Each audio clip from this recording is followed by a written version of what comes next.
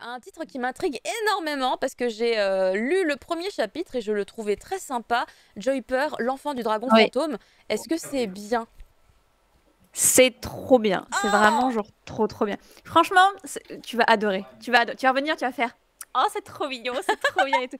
Vraiment, même moi, quand je l'ai lu et quand je l'ai fini, j'ai fait oh, c'était trop bien.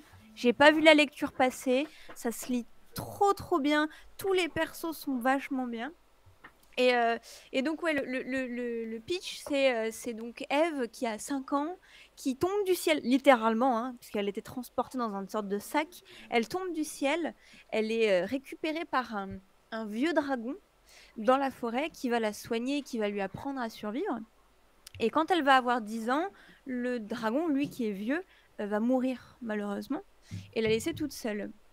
Et en fait, il va être ramené à la vie par cette petite fille de 10 ans qui apparemment a un don pour la magie, a vraiment du talent par rapport à la magie.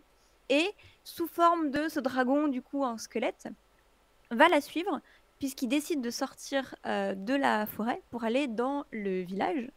Et il lui dit, voilà, les 3 principes pour vivre dans le village, c'est l'argent, les relations et la santé. Voilà. Et ça, c'est les 3 bases pour vivre avec les humains dans un village.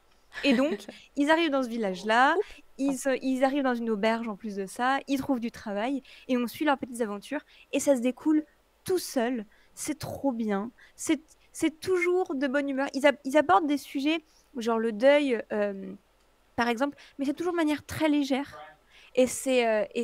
Voilà, je trouve que ça se lit tout seul. Vraiment, j'aimerais vraiment qu'un tome 2 sorte très rapidement parce que quand je finis, en plus ça finit sur un cliffhanger, genre un des personnages qui est un allié, mais finalement, et on sait pas si c'est vraiment un allié en fait. Bah voilà. Vite un tome 2. Mais ça devrait pas tarder puisqu'il me semble que l'enfant du dragon fantôme c'est sorti En fin mai. Fin ouais, mai c'est ça. 2020. Il y a un petit moment, hein.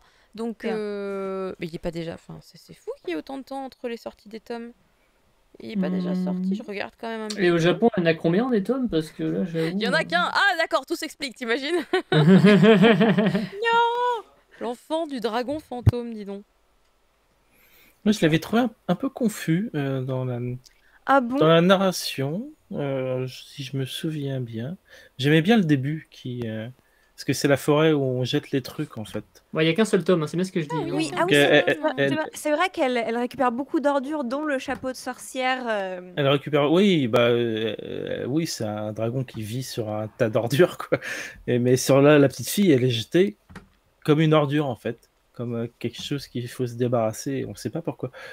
Mais il y a un peut-être mystère là-dessous. il y a peut-être un mystère là-dessous, peut-être pas, va savoir. Mais en tout cas, oui, elle est assez douée, mais en même temps, elle connaît rien au monde et c'est ça qui est intriguant de la voir se développer avec des influences extérieures qui sont qui des fois sont un peu bizarres. qui sont un peu bizarres, qui pensent savoir beaucoup plus qu'elle et qui souvent en savent pas forcément beaucoup non plus. Et qui racontent pas mal de conneries aussi. Donc c'est assez marrant de voir toutes ces interactions entre ces personnages qui sont dans un univers où ils comprennent pas grand-chose en fait à ce qui se passe autour d'eux. En fait.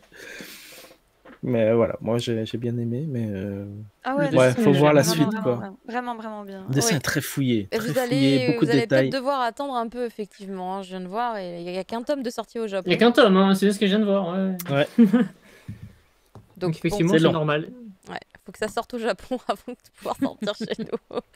Merci beaucoup Joyper. En tout cas, ça donne envie. L'enfant du dragon fantôme, sorti il y a quelques temps déjà chez Komiku. On va s'attaquer à un gros morceau, Fumble, parce que du coup, toi, tous les gros morceaux cette semaine, c'était pour Fumble. Tu vois, on l'a pas vu. Attends, j'ai parlé de Dragon Ball Star Wars.